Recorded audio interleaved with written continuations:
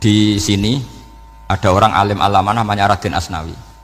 Terus kemudian sejarah agak berpolemik, ada yang mengatakan beliau itu muridnya Syekh Nawawi, ada yang mengatakan tidak. Apapun itu yang saya yakini adalah beliau ya saling istifadah lah, saling bermanfaat bagi Syekh Nawawi Banten. Saya punya catatan sejarah banyak tentang Raden Asnawi karena guru-guru kita itu akan ketemu di Syekh Nawawi Banten. Yaitu kita tahu misalnya saya ngaji Mbah Mun ngaji Mbah Zubair misalnya ngaji Syekh Fakih Mas Kumambang, ngaji Mbah Mahfud, terus ngaji Said Abi Bakar Sato, terus ngaji Sayyid Zaini Dahlan. Kalau keluarga sini mungkin misalnya Gus Hafid, Mbah Niam, Mbah Zuhri, terus Raden Asnawi. Raden Asnawi kita tahu nikah dari istri mudanya Syekh Nawawi, yaitu Nyai Hamdana. Saya sering diceritani Mbah Mun, terus Nyai Hamdana punya anak yang namanya Zuhriyah dari Syekh Nawawi. Kemudian setelah dinikahi Raden Asnawi punya anak namanya Zuhri, Minan, Niam, terus sampai ke Gus Hafid itu, Hafid bin Niam. Kenapa saya cerita ini? Karena kealiman itu adalah sesuatu yang dibanggakan Allah. Imam Amudi itu ulama ahli matematika. Jadi ada ulama itu ahli matematika. Dia nggak pernah ngajarkan pesolatan, zakat, sholat, tapi dia ngajar matematika. Kemudian dari matematika itu beliau menjadi ahli tauhid. Sehingga nanti Mungkar Nakir itu nggak akan tanya dia marabbuka wa manabuka, karena dia punya rencana. Yang ngajar tauhid itu saya, kata. Jadi kalau dia malaikat akan marabbuka, pangeran kamu itu siapa? Malaikat malah dilawan. Kamu pernah ngajar tauhid? Saya ini guru tauhid. Singkat cerita, saking keramatnya Imam Amudi, kata Allah, ya Amudi, presentasikan ilmu tauhid yang lewat jalur matematika ke semua malaikat saya. Semua malaikat saya tahu cara berpikir matematis. Karena malaikat itu imannya itu iman mauhibah, karena dia malaikat, ya iman karena tahu neraka, tahu surga, terus dia iman. Kalau kita enggak, kita iman tuh pakai logika, jadi lebih keren. Loh betul.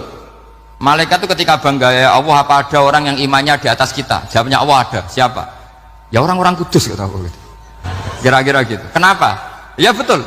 Karena kamu iman saya itu wajar, kamu tahu saya, tapi mereka nggak tahu saya tapi iman. Kenapa bisa iman ya Allah? Karena mereka punya logika, punya akal.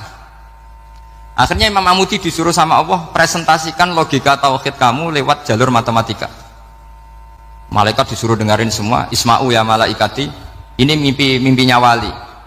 Terus Imam Amudi mulai mengajarkan nisbatul isnaini ilal wahid wa nisbatus salasa wal arba'ah ila mala nihayatalah, niku binisbatin wahidah, yaitu far'un minal asli wa wa al wahid.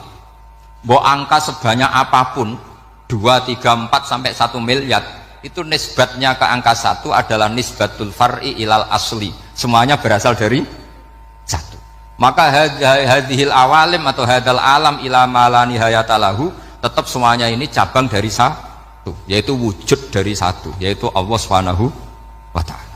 Sehingga semenjak itu ditiru sekian ulama. Akhirnya malaikatnya mantuk karena kepastian kalau Allah satu yang diyakini malaikat itu sepasti logika yang dibangun orang-orang manusia ini, padahal tidak ngerti Allah Subhanahu wa ta'ala karena pakai akal.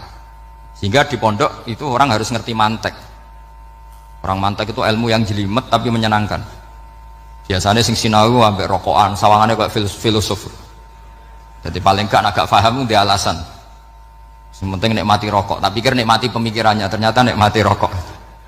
Kayak kemarin saya datang ke resepsinya Gus Agil, saya itu tertawa terus karena dengerin Habib Mutahar. Saya membaca bahayanya rokok, setelah tahu bahayanya saya berhenti membaca. Tak pikir itu kan setelah tahu bahayanya saya berhenti merokok, ternyata enggak. Saya baca bahayanya apa? Merokok. Setelah saya baca, maka saya berhenti membaca, gitu. Bukan berhenti merokok. Itu ilmu kelas tinggi seperti itu harus mantap. Pernah beliau ditegur dokter, Beb, kalau rokok terus nanti mati. Tenang saja, saya masih bawa korek. Dikira itu kan orangnya yang mati, ternyata beliau enteng saja. Santai aja dok, saya masih bawa korek. Jadi saya bukan nyarankan santri rokok, tapi orang rokok itu memang punya logikanya sendiri. Kalau Banafek Hajen itu masih pernah bahasa juga, karena Banafek juga turunan Mbah Mutamakin. Hak, rokok itu haram tau ora? Nak cara kula darani haram sebuti bah. Lah iya, nak haram ya bener aku. Mulane tak obong, barang haram apike diobong. Jadi saya tuh saya sama orang-orang sepuh itu tidak pernah menang. Jadi apa ya? Mereka itu orang yang sudah lama gimana ya? Mau dikatakan bulat itu ya, tapi memang nggak pernah kalah mereka. Ada satu kiai, masih misananya Mbak Nafek. Ini rokok 2 katanya. Bagi yang nggak ngerokok berarti membiarkan 2 haram masih. Bagi yang merokok berarti mengurangi haram. Kalah lagi saya. Jadi saya tuh pernah dibully 2 mbah saya. Karena 2 mbah saya ini rokok semua. Akhirnya saya sing nom ngalah gitu. Karena saya tidak mungkin bilang sing waras ngalah karena kalah sepuh gitu. Jadi ya sudah, mau tidak mau harus bilang sing nom kalah. Tapi yang penting itu kita mendengar. Jadi ternyata sepinter-pinternya kita itu mesti kalah pinter sama yang sepuh-sepuh itu. Jadi kalau tahu bahayanya rokok lewat membaca ya harus berhenti merokok. Berhenti membaca katanya.